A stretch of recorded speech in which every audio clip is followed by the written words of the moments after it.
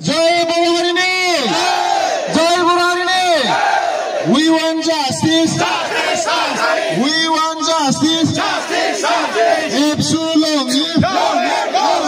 Epsilon live! জনজাতি লোক সুৰক্ষা দিয়ক জনজাতি লোক সুৰক্ষা দিয়ক হিৰণময় খাকলাৰে হত্যাকাৰীক ফাঁচি দিয়ক হিৰণময় খাকলাৰে হত্যাকাৰীক ফাঁচি দিয়ক जोंनो नांगौ थार बिजिरनाय जोंनो नांगौ थार बिजिरनाय जिनाहारि खालामनाय जुदांफोरखौ फासि होनांगौ जिनाहारि खालामनाय जुदांफोरखौ फासि होनांगौ दायनिगिरिफोरखौ फासि होथारनांगौ जनजातिर ওপৰত অন্যায় নচলিব জনজাতিৰ ওপৰত অন্যায় নচলিব জয় বৰহাৰিনী জয় বৰহাৰিনী আজি আমি কলকাতা লখিমপুৰ ছাত্ৰ সন্থা কাৰ্যালয়ত जोंनि समाजनि दैदेनगिरिजों लोगोसे মানে जोंनि गामि ओनसोलनि মানে सेंग्रा सिख्लाफोरा सनमान जानांगोन বাধ্যত পৰিছো আৰু এই কাৰণে ধৰ্ণা কাৰ্যসূচী আমি माखासे जोंनि गाज्रि हुदाबो दं যোৱা 3 মে जेरै তাৰিখে ভালাপাৰা গাঁৱৰ जौ खावनाय माखासे ओनसोलफोर जों नुनो मोनो जे जायगायाव जोंनि जाथाया जादों बे ओनसोलावबो जौ खावनाय दङ जौ फानो बाहेरनि मानसि न' जौ लोंनो फैयो जौ लोंना चान्स होयो माने बिगुमायाबो जौ लोंफायो बे हुदाफोरखौ त्याग खालामनांगोन बेखौ गारनांगोन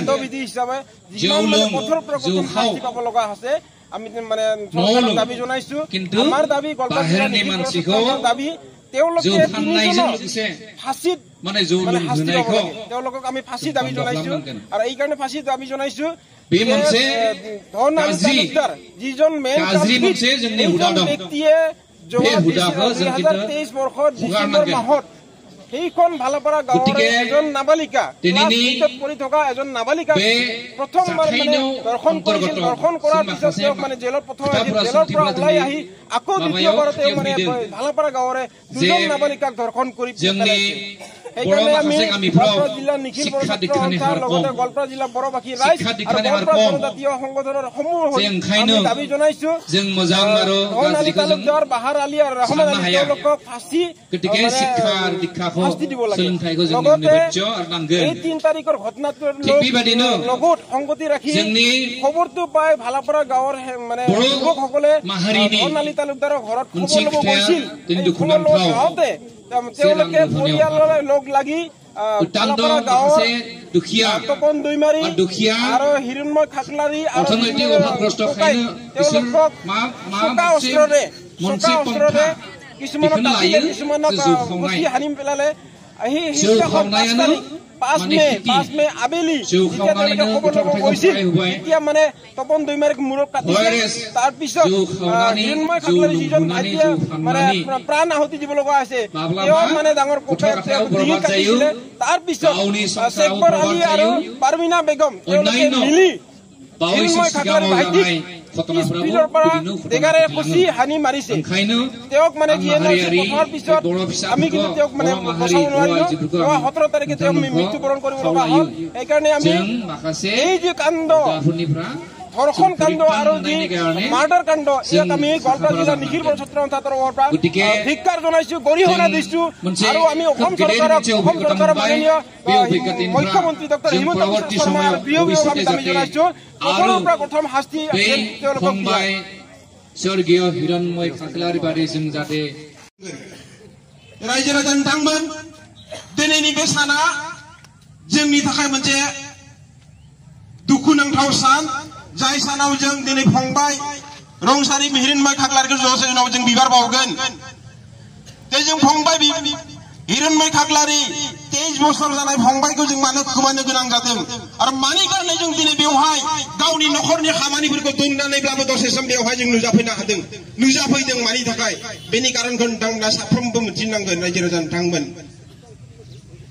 जों जोंनि देहायाव थानाय जे थै बे थैखौ जों फोजोंनो हानांगोन आरो बे थैया गोदोनायनि उनाव जोंनि नांनांगौ खामानियाव जों नांनानै जोंनि दावहायाव जों देरहानो हानांगोन होमब्लासो जों जाति हिसाबै थांना थागोन रायजो राजा नोंथांमोन नङाब्ला खिन्थु जों बारा दिन जाति हिसाबै थांना थानो हानाय नङा रायजो राजा नोंथांमोन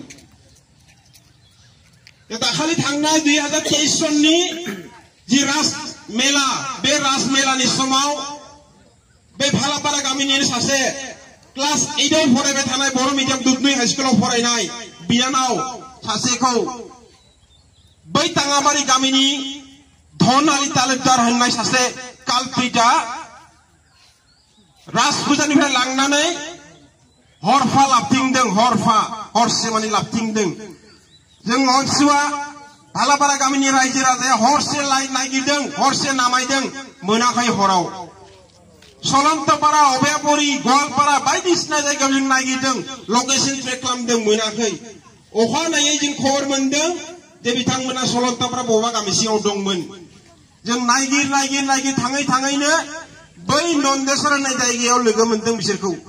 लोगो मोननाय लोगो गामिनि रायजोफोर एबसुनि दैदेनगिरिफोर हागौमानि जोंनि जि दोंनाय थै बै थैखौ जों एसे बिनि सायाव गुसु खालामदों बुजिना मोनदों रायजो राजा बिथांमोना हागौमानि जों जोंनि देहानि जि बोलो बे बोलोखौ बिनि सायाव जों होदों हागौमानि जों बुदों बिनि मोखां मोनदों बिसिनानै जों बेखौ थानाय लाबोनानै पस्को आइनाव जों जेलाव हरदोंमोन बिदिखौ बे धनालि तालुकदारखौ बै राजफुजानि दिनाव बिनि उनाव बियो पस्को आइनाव थांनानै साननैसोनि उनावनो बेल लानानै फैफिनदों गना फैदों जेलनिफ्राय बेल लानानै जामिनाव फैदों बेवहायनो मोनसे जोङो सोंथि जोङो जाखांदों जाय सरकारा हिन्दुत्वबादि होननानै जोङो बारे बिथांमोना स्लगान खालामनानै सरकारखौ सामलायबाय थादों बिथांमोननिसिम जों मोनसे सोंथि सोंदों दिनै नोंथांमोना हिन्दुत्वबादि होननानै जों सरकार दादोंब्ला हिन्दुखौ मानो सुरक्षा होनो हायाखै नोंथांमोना हिन्दुखौ मानो जों सुरक्षा होनो हायाखै जोंनि बारियाव हाबनानै जोंनि न'आव हाबनानै जोंनि बिमाखौ जिनाहारि खालामदों जोंनि बिनानावखौ जिनाहारि खालामदों जोंनि फंबायखौ बुथारदों जों बेखौ सहायनो हानाय नङा रायजो राजा नोंथांमोन ओंखायनो जों बेखौ जेलाव हरनायनि उनाव जे गना फैफिनबाय गना फैनायनि उनाव दाखालि नै 3 तारिखआव रंजालि बैसागो दुधनैनि मोनसे रंजालि बैसागो जानायाव हराव बै गामिनि सानै बिनानाव आरो क्लास 8 आरो 9 आव फरायबाय थानाय बिनानाव सानैखौ लांनानै बे दुधनै बैसागोनिफ्राय लांनानै लामा ससेयाव दै लोंहोनानै माबा लोंहोनानै सेन्सलेस खालामनानै बिथांमोनखौ धर्षण खालामदों आरो धर्षण खालामनायनि उनाव अखानायै न'आव दोनना फैदों खेतलापारायाव बेसे लाजिथाव बाथ्रा बेसे माने निन्दनीय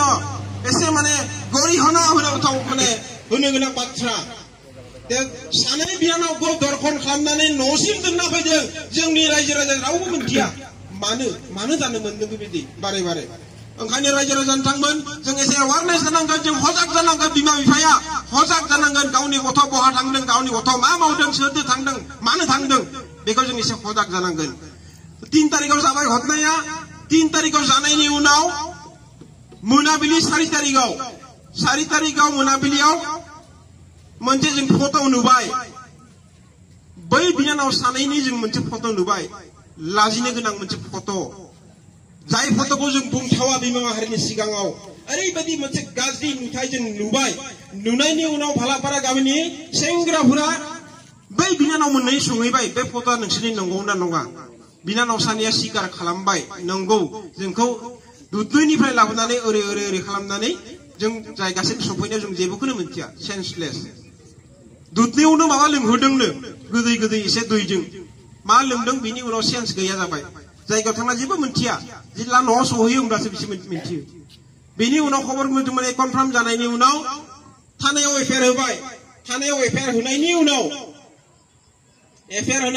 5 तारिख मोनायाव जोंनि गामिनि सेंग्राफोरा बै धनालि तालुकदारनि न'आव खबर लानो थांदोंमोन जे घटनाया बोरै जादों नंमारगौना नङा नों नंगौना नङा बेखौ जों खबर लानो थांदोंमोन बे खबर लानो थांनायावनो जोंनि सेंग्राफोरा जेब्ला सिथ्लायाव हाबहैयो बे सिथ्लायाव हाबनायाव बै नखरनि फेमिलियानो आवग्रिनानै जोंनि सेंग्राफोरखौ सोरखौबा दानबाय सोरखौबा सुबाय जोंनि गेजेराव नै फंबाय तपन दैमारि फंबाय ओरै सिगाङाव नै फंबायखौ खर'आव दानदों दाबो सिलाय दङ सिन दङ दाबो 7टा सिलाय जादों जों बेखौ सहायनो हागोन सहायनो जों बिनि प्रतिबादखौ लागोन बर' हारिया मालाबा जेनना थानाय हारि नङा जै समालागै जों बे माने जाथायनि जों थिक शास्तिखौ मोना बे कालप्रिटफोरा बे समालागै जों मालाबा सिरि थानाय नङा आरो बै जाय फंबाया दिनै थैबाय बिनिनो बिदा गिदिरखौ गोदोनायाव दानदों गोदोनायाव दाननानै होदों आखायाव दानदों बिनिफ्राय जाय फंबाया थैदों बै फंबायखौ धन आली तालुकदार जाय कालप्रिट धर्षण खालामग्रा मेन कालप्रिट बेनि बिदा शेखबर आली आरो बिनि बिनानाव बिसोर सानैया लोगो नांनानै उनथिंनिफ्राय देगार सुदों फंबायखौ बेसे गाज्रि बिस्रि बाथ्रा देगार सुनाय लोगो लोगो बे देगारा हाबनानै लान्साव नांदों फंबायनि हावफाव नांदों हावफाव नांनाय लोगो लोगो गोलैबाय गोलैनायनि उनाव बेखौ आरो बुसिनबाय जाथि जं लानानै बुबाय बुनायनि उनाव बिनि हाराया बायदों लोगो लोगो पुलिसा सहैनायनि उनाव फंबायमोनखौ मेडिकेलाव लाबोदों बिसोर सानैया एसे हामबाय फंबायखौ जिएनआरसियाव लांबाय लांनानै सिकित्सा खालामबाय जों डक्टरजों रायलायबाय आं गावजों थांना रायलायदों डक्टरजों रायलायदों जे लान्सनि जे बे गब्लंनाया इनफेक्शन जानानै किडनियाव थांदों किडनिया डेमेज जाहैदों आरो जायनि फलाव फंबायनि जे अक्सिजेन लेभेल अक्सिजेन सासे मानसिनियाव 90 नि सायाव थानांगौ अक्सिजेन लेभेला बिहा 85 86 87 मैक्सिमाम 87 आव थाङो बिनि सायाव थाङा आं 45 मिनिट नायदों मनिटराव आं 45 मिनिट नायदों 87 नि सायाव थाङा खनसेल' थांदोंमोन फंबायखौ जों एसे रायलायनायाव एसे लोरसोर जानायाव खनसेल' 92 थांदोंमोन बिनि सायाव थाङाखै होमबाबो जों डक्टरखौ बुंदों जे नोंथांनि आखायाव जि दङ जेरैबायदि सिकित्सा दङ नोंथाङा खालाम जों दं अन्तत जों एबसु बर' जातिया बर' संगठना जों दं नोंथाङा जि हाय सिकित्सा खालाम डक्टरा बुंदों बेवहाय अपारेशननि जिखुनु दरकार गैया बेनि इनफेक्शना हामनाय लोगो लोगो बे मोजां जागोन होनना जोंखौ बुंदोंमोन जों आफादनिफ्राय जेसेबां हागौ सहाय खालामदों रायजो राजाफ्रा सहाय खालामदों किन्तु जों खाफाला गाज्रि फंबायखौ जों बासायनो हायाखै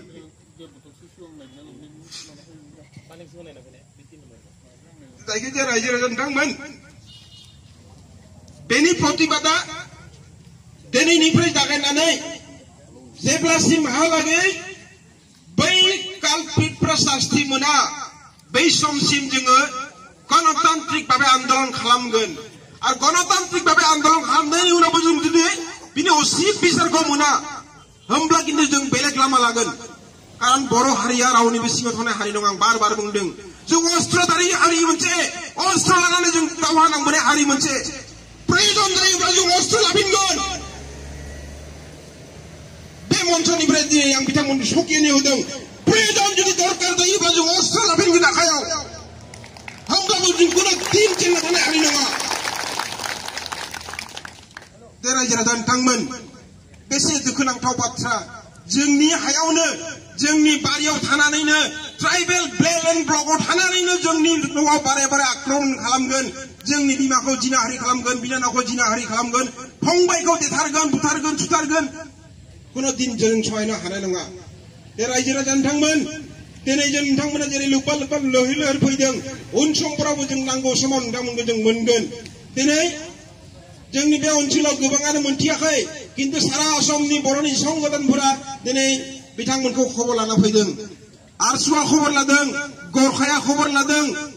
राभा समाज काउन्सिलनिफ्राय खबर लादों बिटिसि गभर्नमेन्टनिफ्राय खबर लादों मानो कारण जोंनि नैबे ट्राइबेल एरियायावनो जोंनि न'खराव बारे आक्रमण जाबाय थादों बे आक्रमणखौ किन्तु जों कुनु दिन सह्य खालामनाय नङा रायजो राजा नोंथांमोन ओंखायनो जाथायाथ' जालांबाय दा जाथायखौ जों बोरै बारग'नो हायो बे माबानिफ्राय मारै देरहानो हायो आरो बेजों लोगोसे दिनैनिफ्राय बिमा माहारिया मोनसे कमिटमेन्ट लानांगोन जोंनि गथ' गथायफ्रा उन समफोराव बेबायदि खैफोदजों गोलैया जाथों बेनि थाखाय जों एसे सजाग जानांगोन ओंखायनो आं खावलायदों जों जाय जेरावखि खामानि मावा मानो जेरावखि थाया मानो सोरबा हाल माव खेति माव सोरबा साखरि माव सोरबा राजनिति खालाम समाज निति खालाम धर्म निति खालाम जेरावखि थाया मानो नांगौ समाव जों किन्तु एक गट जानो हानांगोन आरो जों एक गट जुदि जानो हायाब्ला जातिया किन्तु बारा दिन थांना थानाय नङा बे दुधनैयावनो जों किन्तु गाबोन दखना गानना ओंखारनो हायै बै मोनसे सिगांनि परिस्थितिया जों सफैगोन ओंखायनो सिबिनां रायजो राजा नोंथांमोन जों सरकारखौ नासिननाय लेभेलाव जों हारसिंखौनो दिन हानाय नङा एबसु हिसाबै हारसिं रायजो राजानि मदद मोनब्लाखौ जों एबसु माने बे केसाव जों देरहानो हागोन ओंखायनो फैगौ समफोराव नोंथांमोननि जों हेफाजाबखौ नागिरगोन नोंथांमोननि न'खराव जायखिजाया दुखु खस्थ'आव जों नोंथांमोनजों अरायसम थागोन बेनि थाखाय जों अरायसम सिमान लायो फैगौ 27 तारिखआव जों मोनसे रेलि लागोन बेनिफ्राय बे रेलियाव अन्तत जिहेतुके जोंनि बिनानावा रेप खालामजादों जोंनि फिसाला बर' सासेया फंबाय सासेया बुथारजादों बेनि सार्थआव गुबुन संगठन गुबुन हारिनि मानसिफोरनिख्रुइ जोंनि हारिनि मानसिया गोबां जानांगोन सोरबा जुदि आं दहाय बुंदों खारायाव सोरबा जुदि बाजार लानाय मानसिया जुदि 100 जन जायोब्ला जोंनि आर'नाइ लानाय मानसिया 200 जन जानांगोन सोरबा मेख्ला सादर गाननायफ्रा जुदि 100 जन जायोब्ला जोंनि दखना गाननाया 250 जन जानांगोन हागोन ना रायजोफ्रा ओंखारनो हागोन हानांगोन फुंनि 9:30निफ्राय जों बेनिफ्राय स्टार्ट खालामगोन जों मथा-मथि 2 घन्टा खालामनायनि उनाव जोंनि सेन्ट्रेल टीम फैगोन गुबुन आफादनि बिबानगिरि थागोन बिथांमोननि बिबुंथिनि उनाव जोङो बै खालिनो 27 तारिखआवनो फंबायनि श्राद्ध दङ बे श्राद्धआव जों नुजाहैगोन जायफ्रा हायो नुजानो हागोन बयबो नुजानो हागोन थांनो हागोन बेनि बेबस्थाखौ जों खालामदों रायजो राजाजों सहयोग होनानै गामिनि रायजोफोरखौ लानानै जों एबसुजों लानानै जिखिनि श्राद्ध सामाजिक जि नियम दं बर' हारिनि बे नियमनि थाखाय जों लाहार फाहार खालामगासिनो दङ बे समाव आं गोबावखौ बुंलाया फंनैसो बिबुंथि लाखिनो थाखाय इउनाइटेड बर' पिपल्स अर्गानाइजेशननि गाहाय नेहाथारि मानगोनां तपन बसुमतारी आदा बिथांखौ खावलायनाय जाबाय।